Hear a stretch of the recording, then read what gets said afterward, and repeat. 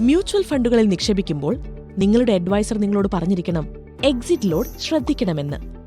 ശരിയല്ലേ? എന്നാൽ എന്താണ് എക്സിറ്റ് ലോഡ്? ഉദാഹരണത്തിന്, നിങ്ങളൊരു ഫ്ലൈറ്റ് അല്ലെങ്കിൽ ട്രെയിൻ ബുക്കിംഗ് ക്യാൻസൽ ചെയ്യുമ്പോൾ നിങ്ങൾ ശ്രദ്ധിച്ചിരിക്കും 100% തുകയും റീഫണ്ടായി ലഭിക്കാറില്ല. ഒപ്പം കുറച്ചു തുക ക്യാൻസലേഷൻ ചാർജ് എന്ന പേരിൽ പിടിക്കുകയും ചെയ്യും. ഈ മ്യൂച്വൽ ഫണ്ട്സിലും എക്സിറ്റ് ലോഡ് ഒരുതരം ക്യാൻസലേഷൻ ഫീസാണ്. മ്യൂച്വൽ ഫണ്ട് യൂണിറ്റുകൾ ഒരു നിശ്ചിത കാലയളവിന് മുൻപ് റിഡീം ചെയ്യുമ്പോഴാണ് ഇത് ഈടാക്കപ്പെടുന്നത്. എല്ലാ മ്യൂച്വൽ ഫണ്ട് സ്കീമുകൾക്കും വ്യത്യസ്ത എക്സിറ്റ് ലോഡുകളുണ്ട്. ഈ ഫീസിന്റെ ഉദ്ദേശം നിക്ഷേപകർ അവരുടെ നിക്ഷേപങ്ങൾ ഒരു നിശ്ചിത കാലയളവിന് മുൻപ് വിൽക്കാതെ നോക്കുക എന്നതാണ്. കൂടാതെ എക്സിറ്റ് ലോഡ് എന്നത് നിങ്ങളിൽ നിന്ന് ഈടാക്കപ്പെടുന്നത് ഒരു സ്കീമിൽ നിന്ന് മറ്റൊന്നിലേക്ക് മാറുമ്പോൾ, അല്ലെങ്കിൽ ഒരു സിസ്റ്റമാറ്റിക് വിത്ഡ്രോവൽ പ്ലാനിനോ സിസ്റ്റമാറ്റിക് ട്രാൻസ്ഫർ പ്ലാനിനോ എക്സിറ്റ് ലോഡ് പീരീഡ് അവസാനിക്കുന്നതിന് മുൻപ് അപേക്ഷിച്ചാലാണ്.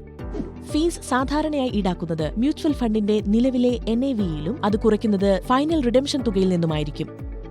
നിങ്ങൾ ഒരു മ്യൂച്വൽ ഫണ്ട് സ്കീമിന് 10 രൂപ NAV-യും 1 വർഷത്തിന് മുൻപ് റിഡീം ചെയ്താൽ 1% എക്സിറ്റ് ലോഡുമായി 10,000 രൂപ നിക്ഷേപിച്ചുവെന്ന് കരുതുക. 4 മാസത്തിന് ശേഷം നിങ്ങളുടെ എല്ലാ യൂണിറ്റുകളും റിഡീം ചെയ്യാൻ ആഗ്രഹിക്കുന്നുവെങ്കിൽ നിലവിലെ NAV 12 രൂപയാണെങ്കിൽ നിങ്ങൾ അടയ്ക്കേണ്ട എക്സിറ്റ് ലോഡ് നിലവിലുള്ള NAV-യുടെ 1% ആയിരിക്കും.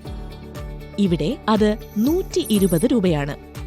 ഇപ്പോൾ നിങ്ങളുടെ നിക്ഷേപത്തിന്റെ നിലവിലെ മൂല്യം 12,000 രൂപയാണ്. എന്നാൽ റിഡംഷൻ കഴിഞ്ഞ് നിങ്ങൾക്ക് 12,000 മൈനസ് 120, അതായത് 11,880 രൂപ ലഭിക്കും. ഒരു കാര്യം കൂടി, എല്ലാ മ്യൂച്വൽ ഫണ്ടുകളും എക്സിറ്റ് ലോഡ് ഈടാക്കില്ല. കൂടാതെ നിർദ്ദിഷ്ട എക്സിറ്റ് ലോഡ് ഘടന ഓരോ സ്കീമിനും വ്യത്യസ്തമായിരിക്കും. താരതമ്യേന എക്വിറ്റി ഫണ്ടുകൾ ഡെറ്റ് ഫണ്ടുകളേക്കാൾ കൂടുതൽ എക്സിറ്റ് ലോഡ് ചാർജ് ചെയ്യും. കാരണം അവ ദീർഘകാല നിക്ഷേപ കാലാവധിക്കുള്ളതാണ്. അതുകൊണ്ട് ഒരു സ്കീമിന്റെ എക്സിറ്റ് ലോഡിനെ കുറിച്ച് അറിയേണ്ടത് പ്രധാനമാണ്. അങ്ങനെ നിങ്ങൾക്ക് തിരഞ്ഞെടുക്കാം നിങ്ങൾക്ക് അനുയോജ്യമായ നിക്ഷേപ കാലാവധി. ഇത്തരം കോണ്ടന്റിനായി ചാനൽ ലൈക്ക്, ഷെയർ, സബ്സ്ക്രൈബ് ചെയ്യാൻ മറക്കരുത്. മ്യൂച്വൽ ഫണ്ട് നിക്ഷേപങ്ങൾ മാർക്കറ്റ് റിസ്ക്സിന് വിധേയമാണ്.